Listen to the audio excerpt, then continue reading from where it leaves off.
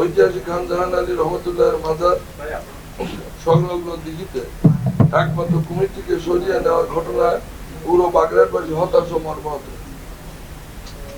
১৭ বছরের ধরে এই মাজার দিঘি ও কুমির বাগেরহাটের ইতিহাস, ঐতিহ্য, সংস্কৃতির অবিচ্ছেদ্য অংশ হিসেবে পরিচিত। দেশ বিদেশ থেকে অসংখ্য দর্শনার্থী, ধর্মপ্রাণ মানুষ এখানে আসে শুধু ঐতিহাসিক এই নিদর্শন ও কুমিরটিকে এক নজর দেখার জন্য। এই কুমির শুধুমাত্র একটি প্রাণী নয়, একটি বাগেরহাটের ঐতিহ্যের প্রতীক, মানুষের আবেগের অংশ এবং আমাদের ইতিহাসের জীবন্ত স্মারক। সম্প্রতি ঘটে যাওয়া মর্মান্তিক ঘটনায় আমরা গভীর শোক প্রকাশ করছি। নিহত শিশুর পরিবারের প্রতি আমরা আন্তরিক সমবেদনা জানাই। মহান আল্লাহর কাছে তার আত্মার মাগফিরাত কামনা করি। একই সাথে আমরা সরকার, প্রশাসন ও বন বিভাগের প্রতি আহ্বান জানাচ্ছি, জনগণের আবেগ, ঐতিহ্য, ইতিহাসের প্রতি সম্মান দেখে দ্রুত ইতিবাচক সিদ্ধান্ত গ্রহণ করুন এবং বাগেরহাটের এই শতবর্ষের ঐতিহ্য রক্ষার কার্যকরী উদ্যোগ নিন।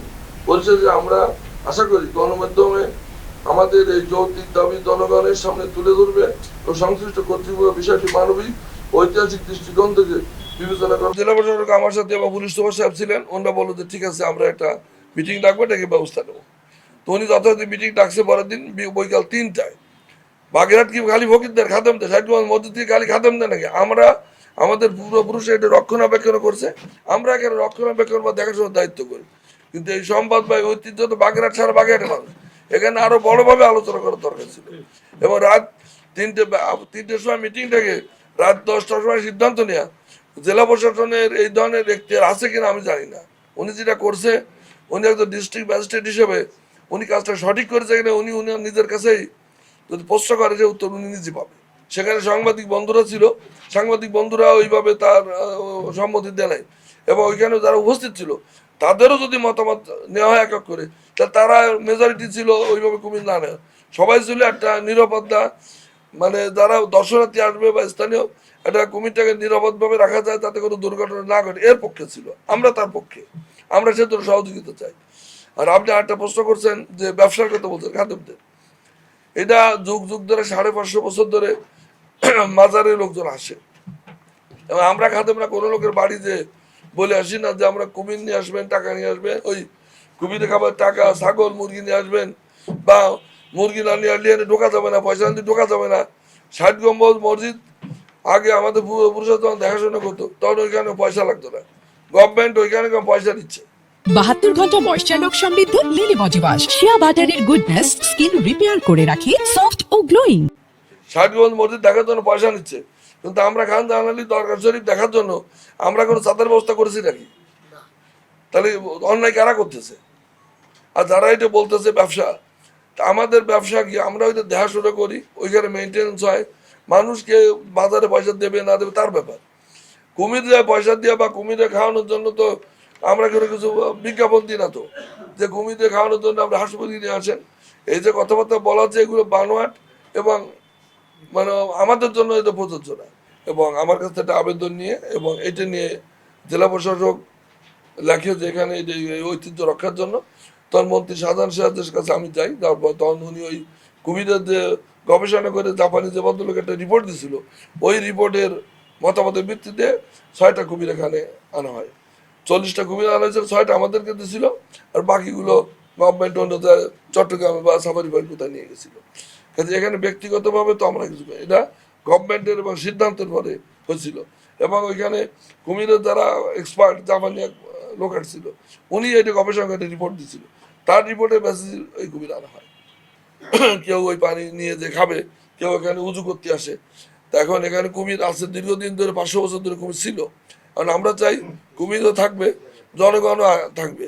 কারণ কুমিরটা যদি আমি সরাই ফেলি, তাতে ঐতিহ্যের একটা অংশ নষ্ট হয়ে যাচ্ছে। এর জন্য প্রশাসন যদি মনে করে বাগেরহাটের বিভিন্ন স্তরের লোকজনকে নিয়ে আলোচনা করে কিভাবে কোনো ফেন্সিং দিয়ে আলাদা বেষ্টনী দিয়ে কুমির রাখা যায়, রাখবে, বা অথবা যেখানে জনগণ ব্যবহার করবে সেই জায়গাটুকু আলাদাভাবে ঘিরে রাখবে, এটা তো আলোচনা বা মতামত দিয়ে করতে হবে। এটা তো এইভাবে এককভাবে আমিও বলতে পারবো না, ডিসি সাহেবও বলতে পারবে না, সহযোগিতা করবে। যদি না করে, তাহলে আমরা বাগেরহাটের মানুষের পরামর্শ নিয়ে যা যেভাবে করলে জনগণের সিকিউরিটি ফার্স্ট আমরা দিয়ে তারপরে করবো। মাজারও থাকবে, কুমির থাকবে, দিঘি থাকবে, এবং জনগণ যাতে আসে, জনগণের নিরাপত্তা সেফটি অবশ্যই দেখতে হবে, তা নাহলে তো পর্যটন শিল্প বাগেরহাটে নষ্ট হয়ে যাবে। নির্দিষ্ট সময় আছে কিনা যে কুমির আনা? আমরা 15 দিনের জন্য যাচ্ছি, জেলা প্রশাসক বা গভর্নমেন্টকে যাচ্ছি। ইন দি মিন টাইম আমাদের জেলার যে মন্ত্রী মহোদয় উনি দেশে বাইরে আছে, উনি আসলে ওনার সাথে আমরা পরামর্শ করে আমরা পরবর্তী ব্যবস্থা গ্রহণ করবো। বলা হয়েছে, কিন্তু ওই দিনই যে কুমির নেবে এটা মানে আলোচনা হয়েছে নাকি? না, হয় না। আর লিখিত দেবে কিংবা তারা পুলিশ নিয়ে গেছে 100-150 এবং তারা পুলিশ দিয়ে করে নিয়ে এসে মোটামুটি প্রশাসন এইভাবে করছে। তা এখানে কুমির নিতে হলে তো আমাদের লিখিত দেওয়া কিছু তারা দিয়ে নাই। আর আপনি যে কথা বলতেন ইতিহাসের কথা, 1905 সালে পশুপতি চট্টোপাধ্যায় বাগেরহাটের পরে যে স্ত্রী লিখছে সেখানে ষাটগম্বুজ মসজিদ, দিঘি, কুমির এগুলো উল্লেখ আছে, ইতিহাসের অংশ হিসেবে আছে, মানুষ অনেকে জানে না তো পড়ে না। এবং অধ্যাপক আব্দুল জলিল যশোর খুলনার যে ইতিহাস লিখছে না খুলনা অধ্যাপক আব্দুল জলিল যে বইটা লিখছে, উনি যেটা লিখছে অধ্যাপক আব্দুল জলিল যে যশোর খুলনার ইতিহাস, এখানে খান জাহানের কীর্তি সম্পর্কে এবং বাগেরহাটের ঐতিহ্য সম্পর্কে যা লেখা আছে এর ভিতরে কুমিরের একটা চ্যাপ্টার আছে, ষাটগম্বুজ মসজিদ আছে এবং ওই যে বিশাপের বাড়ি নিয়ে লেখা আছে। এগুলো তো মানুষ জানে না, সাধারণ মানুষ বহু লোকে পড়ে, শিক্ষিত লোকে জানে না, আমি পড়েছি। তো কাজী কুমিরকে যদি আজকে শুধু ওই জঙ্গলে কুমির মনে করা হচ্ছে এটা ঠিক না, প্রাণী মনে করা হচ্ছে না, এটা বাগেরহাটের ঐতিহ্যের সাথে জড়িত।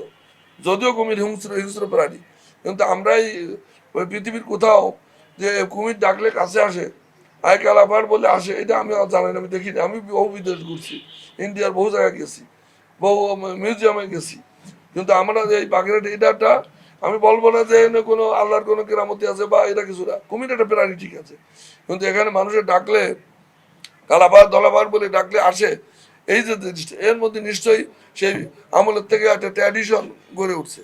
এই যে ট্র্যাডিশন, এই কারণে এটা ইতিহাসের অংশ, এটা সাধারণভাবে নিলে হবে না। আর যারা ফেসবুক লিখতেছে এরা তো লেখা তালেই থাকবে, ওই তো কিছু লোক আছে না বুঝে ফেসবুক লেখে, এদের বোধগম্য হবে, তারা বুঝবে যখন তারা মিচিওর হবে যে বাগেরহাটের ইতিহাস ঐতিহ্য জানবে, তখন তারা বুঝবে। পরিস্থিতিগতর জন্য বা একজন ব্যক্তিগত কারণে কেউ যদি লেখে, যে লিখতে পারে, তার স্বাধীনতা আছে। কারণ আমাদের প্রধানমন্ত্রী সম্পর্কে দেন না স্বাধীনতা কি বসে হয়ে গেছে, প্রধানমন্ত্রীর ব্যক্তিগত ফ্যামিলি সম্পর্কেও লিখতেছে, স্বাধীনতা বাক স্বাধীনতা কত দূর চলে গেছে। 72 ঘন্টা ময়েশ্চার লক সমৃদ্ধ লিলি বডি ওয়াশ শিয়া বাটারের গুডনেস স্কিন রিপেয়ার করে রাখে সফট ও গ্লোয়িং।